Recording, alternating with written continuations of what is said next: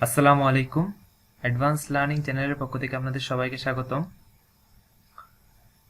Basic grammar Bangla টিউটোরিয়ালের আজকের পর্বে আমরা ফার্স্ট টেন্স নিয়ে আলোচনা করব।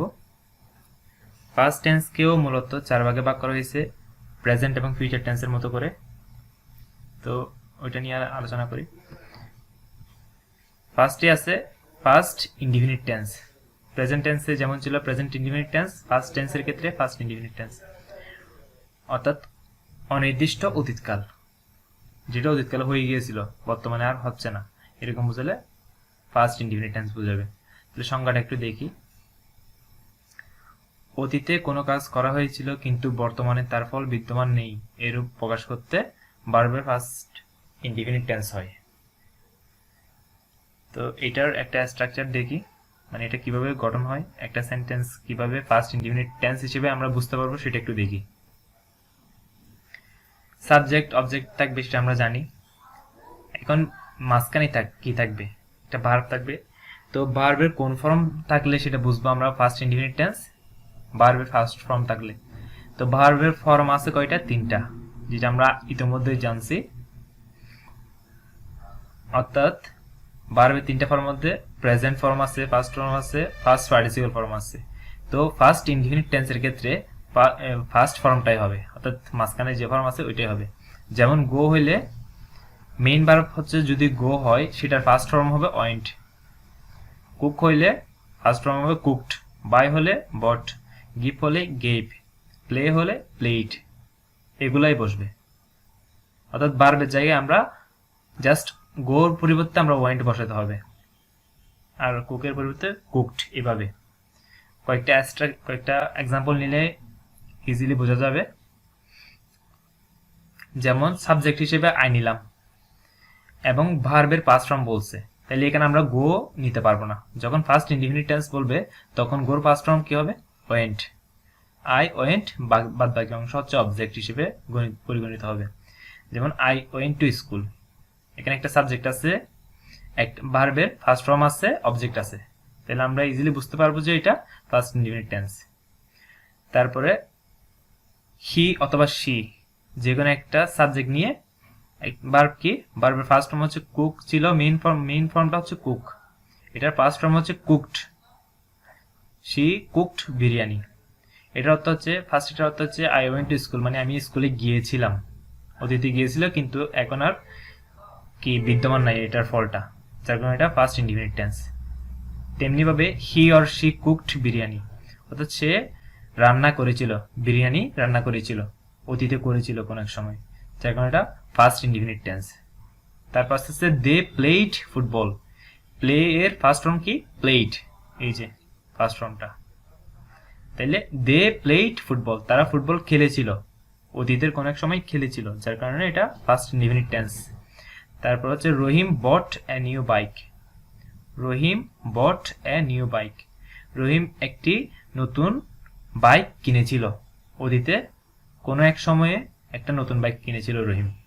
তারপরে ইউ গেভ মি 500 টাকা। ইউ এগুলো সবগুলো ফার্স্টেরটা সাবজেক্ট এবং মাঝখানেরটা হচ্ছে ভার্বের first form. Give, gave, given, অর্থাৎ মাঝখানেরটা। মি 500 টাকা, এটা হচ্ছে অবজেক্ট। এইভাবে ফার্স্ট ইনডিফিনিট টেন্স সহজেই চেনা যায়। একটা সাবজেক্ট থাকবে, ভার্বের ফার্স্ট ফর্ম থাকবে এবং অবজেক্ট থাকবে। দ্বিতীয়টা নিয়ে কথা বলতেছি। দ্বিতীয়টা হচ্ছে ফার্স্ট কন্টিনিউয়াস টেন্স, অর্থাৎ ঘটমান অতীতকাল। কন্টিনিউয়াস বললেই ঘটমান, অর্থাৎ যেটা প্রেজেন্ট হইলে বর্তমানে ঘটতেছে, ফার্স্ট হইলে অতীতে ঘটছিল, কিছু সময় ধরে অতীতে ঘটছিল, এরকম বোঝাবে। তো এটার সংজ্ঞাটা একটু দেখি। ভার্বের কোনো কাজ অতীতে কিছু সময় ধরে চলছিল বোঝালে ভার্বের ফার্স্ট কন্টিনিউয়াস টেন্স হয়। তাহলে এটার স্ট্রাকচার কিভাবে হবে একটু দেখি, অর্থাৎ গঠন কিভাবে হবে সেন্টেন্সটা। সাবজেক্ট অবজেক্ট থাকবে প্রত্যেকটা সেন্টেন্সে, সেটা আমরা জানি। তারপরে কন্টিনিউয়াস টেন্স বললেই ভার্বের সাথে আইএনজি, ভার্বের সাথে আইএনজি। আর পারফেক্ট কন্টিনিউয়াস টেন্স তো আছে পরের ধাপে, সেটা আমরা পরে জানবো একটু পরে। কিন্তু শুধু কন্টিনিউয়াস বললে তখন একটা অক্সিলারি ভার্ব আনতে হবে, সাবজেক্টের পরেই একটা অক্সিলারি ভার্ব আনতে হবে। তারপর মেইন ভার্বের সাথে আইএনজি, জাস্ট এটাই রুলস। ফার্স্ট হোক প্রেজেন্ট হোক দুইটার ক্ষেত্রে সেম।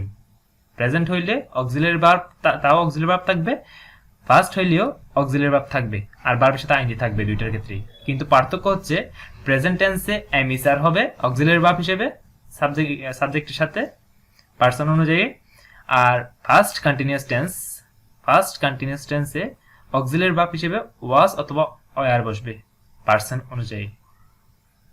ঠিক আছে, কয়েকটা এক্সাম্পল নিই। যেমন সাবজেক্ট হিসেবে যখন আমরা আই নিছি, তাহলে অক্সিলারি ভার্ব এখান থেকে যে কোনো একটা হবে। আইয়ের সাথে অলওয়েজ ওয়াজ হয়, I was going to school, ভার্বের সাথে আইএনজি, গো হচ্ছে মেইন ভার্ব, গো এর সাথে আইএনজি প্লাস বাকি অংশ অবজেক্ট।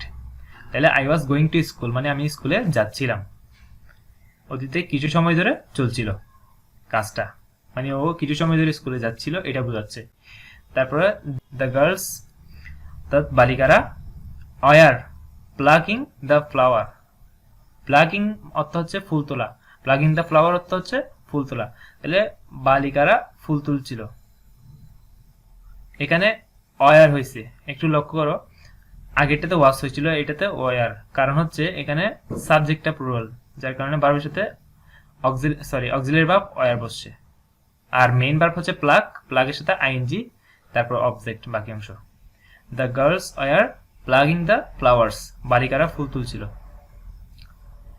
তারপর আসতেছে ইউর সাথে যদি ইউর দুইটা অর্থ হয়, হয় তুমি হয় অথবা তোমরা হবে।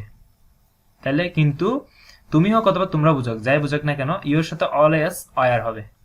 ইউ ওয়ার রিড, ভার্বের সাথে আইএনজি, মেইন ভার্ব হচ্ছে রিড সাথে ING. You were reading the book, তুমি অথবা তোমরা বই পড়ছিলে, তোমরা হলে তোমরা বই পড়ছিলে, তুমি হলে তুমি বই পড়ছিলে, এভাবে। রাইসা ওয়াজ রিসাইটিং এ পোয়েম, রাইসা একটি কবিতা আবৃত্তি করছিল। রিসাইট মানে হচ্ছে আবৃত্তি করা।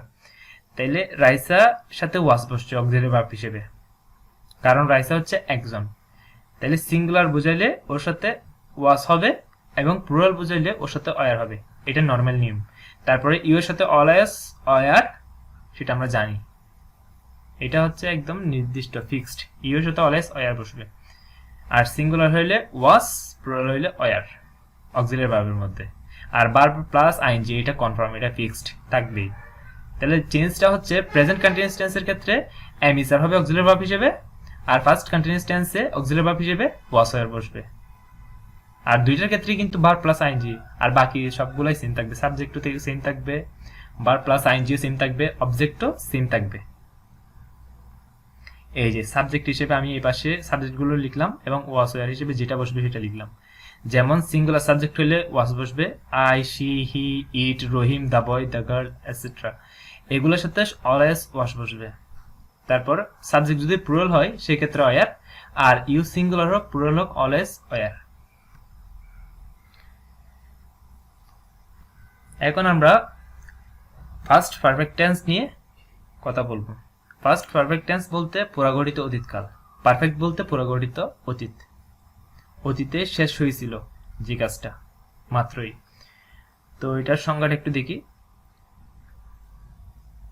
অতীতকালে দুটি কাজের মধ্যে অপেক্ষাকৃত যেটি আগে সম্পন্ন হয়েছে সেটাকে ফার্স্ট পারফেক্ট টেন্স বলবে, আর যেটা পরে শেষ হয়েছিল সেটা হচ্ছে ফার্স্ট ইনডিফিনিট টেন্স। তাহলে এটার একটা স্ট্রাকচার দেখলে ইজিলি বুঝতে পারবা কোনটা ফার্স্ট পারফেক্ট টেন্স। এভাবে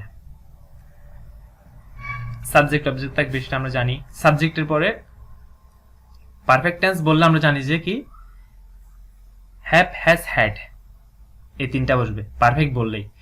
তো প্রেজেন্ট টেন্সের ক্ষেত্রে হ্যাভ আর হ্যাজ এই দুইটার মধ্যে যে কোনো একটা পার্সন অনুযায়ী বসবে, সেটা আমরা আলোচনা করছি ইতিমধ্যে।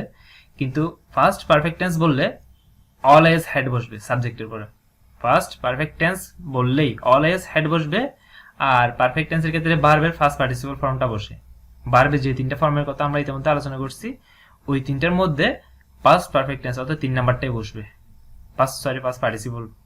ঠিক আছে, তাহলে কিল হইলে মেইন ভার্ব যদি কিল হয় সেই ক্ষেত্রে আমরা কিল না লিখে লিখবো কিল্ড 3 নাম্বারটা। ইট বললে সেক্ষেত্রে আমরা ইটেন লিখবো ফার্স্ট পার্টিসিপলে। এখানে কয়েকটা এক্সাম্পল নিলে ইজিলি বোঝা যাবে। যেমন the Hunter had killed the tiger, subject হিসেবে দ্য হান্টার বসছে, তারপর অবশ্যই হ্যাড বসবে পাস্ট পারফেক্ট টেন্স বললে, এবং ভার্বের পাস্ট পার্টিসিপল। পারফেক্ট টেন্স বললে হ্যাভ, হ্যাজ, হ্যাড এগুলোর পরে ভার্বের পাস্ট পার্টিসিপল বসে। প্রেজেন্ট টেন্সের ক্ষেত্রে হ্যাভ, হ্যাজ, তারপর পাস্ট পার্টিসিপল। ফার্স্ট টেন্সের ক্ষেত্রে হ্যাড প্লাস ভার্বের ফার্স্ট পার্টিসিপল ফর্ম। তো এখানে কিল্ড, হ্যাডের পরে কিল্ড, অর্থাৎ এটা বসছে। দ্য হান্টার হ্যাড কিল্ড, তারপর অবজেক্ট দ্য টাইগার। শিকারী বাঘটিকে হত্যা করেছিল, অতীতকালে কোন এক সময় হত্যা করেছিল মাত্রই। তারপর the patient had died before the doctor came. The patient had died, রোগীটি মারা গিয়েছিল। বিফোর দ্য ডক্টর কেম, ডাক্তার আসার পূর্বে। তো এখানের মধ্যে কোনটা আগে হয়েছে? রোগী আগে মারা গেছে নাকি ডাক্তার আগে আসছে? নিশ্চয়ই রোগী আগে মারা গেছে। তো যেহেতু রোগী আগে মারা গেছে, আমরা সংজ্ঞার মধ্যে পড়েছি যেটা আগে সম্পন্ন হবে ওইটা হচ্ছে ফার্স্ট পারফেক্ট টেন্স। তাহলে যেহেতু রোগী আগে মারা গেছে ওই কারণে ওইটা ফার্স্ট পারফেক্ট টেন্স, এবং ডাক্তার পরে আসছে, যার কারণে ওইটা first indefinite tense. First indefinite tense ইতিমধ্যে আমরা পড়ছি যে সাবজেক্ট প্লাস ভার্বের ফার্স্ট ফর্ম। এখানে বিফোরের পরে দ্য ডক্টর কেম, এই সেন্টেন্সটা একটু লক্ষ্য করি। দ্য ডক্টর কেম এর মধ্যে দ্য ডক্টরটা হচ্ছে সাবজেক্ট এবং কেমটা হচ্ছে ভার্বের ফার্স্ট ফর্ম। কাম থেকে কেম আসছে, তাহলে সাবজেক্ট আর ভার্বের ফার্স্ট ফর্ম। আমরা আগেই বলছি যে সেন্টেন্সের মধ্যে অবজেক্ট না থাকলেও অবশ্যই একটা সাবজেক্ট থাকবে, একটা ভার্ব থাকবে। তো এটার মধ্যে সাবজেক্ট আছে এবং সাবজেক্ট হচ্ছে দ্য ডক্টর এবং কেম হচ্ছে ভার্বের ফার্স্ট ফর্ম, যার কারণে এটা একটা সেন্টেন্স হিসেবে পরিগণিত হয়েছে। আর যেহেতু সাবজেক্ট আছে এবং ভার্বের ফার্স্ট ফর্ম আছে, অর্থাৎ এটা আছে, সেহেতু এটা ফার্স্ট ইনডিফিনিট টেন্স। আর বিফোরের আগে the patient had died, the patient subject আছে, হ্যাড আছে, প্লাস ভার্বের ফার্স্ট পার্টিসিপল ফর্ম আছে ডাইড, এই যে ডাইড, যার কারণে এটা ফার্স্ট পারফেক্ট টেন্স। তাহলে বিফোরের আগেরটা হচ্ছে ফার্স্ট পারফেক্ট টেন্স এবং বিফোরের পরটা হচ্ছে ফার্স্ট ইনডিফিনিট টেন্স। এরপরের উদাহরণে সাবজেক্ট হিসেবে আই নিছি এবং I went to the field, আমি মাঠে গিয়েছিলাম। After I had eaten rice, পুরো অর্থটা দাঁড়ায় আমি ভাত খাওয়ার পরে মাঠে গিয়েছিলাম। তাহলে কোনটা আগে হয়েছে? আগে আমি ভাত খাইছি, তারপরে মাঠে গেছি। তাহলে ফার্স্টে যেটা হয়েছে সেটা হচ্ছে ফার্স্ট পারফেক্ট টেন্স, অর্থাৎ এটা হচ্ছে আগে হয়েছে। আই হ্যাড ইটেন রাইস, আমি আগে ভাত খাইছি, তারপর মাঠে গেছি। I went to the field, তাইলে এটা হচ্ছে প্রথম অংশটা হচ্ছে ফার্স্ট ইনডিফিনিট এবং পরের অংশটা হচ্ছে ফার্স্ট পারফেক্ট টেন্স। তো ফার্স্ট ইনডিফিনিট যে সেটা আমরা কেমনে বুঝবো? সাবজেক্ট আছে, ভার্বের ফার্স্ট ফর্ম আছে, গো ওয়েন্ট, এই যে ওয়েন্ট টু দ্য ফিল্ড, এতটুকু অবজেক্ট। তারপরে আসতেছে আফটারের পরে আইটা হচ্ছে সাবজেক্ট আছে, হ্যাড আছে, পারফেক্ট টেন্সের ক্ষেত্রে হ্যাড থাকবে, ভার্বের ফার্স্ট পার্টিসিপল ইটেন আছে, বাকি অংশ মানে অবজেক্ট আছে, যার কারণে আমরা বলতেছি এটা হচ্ছে ফার্স্ট পারফেক্ট টেন্স। এভাবেই আমরা ইজিলি ফার্স্ট পারফেক্ট টেন্স চিনতে পারবো। তারপর পাস্ট পারফেক্ট কন্টিনিউয়াস টেন্স, অর্থাৎ পুরাগঠিত ঘটমান অতীতকাল। কন্টিনিউয়াস মানে ঘটমান, পারফেক্ট মানে হচ্ছে পুরাগঠিত।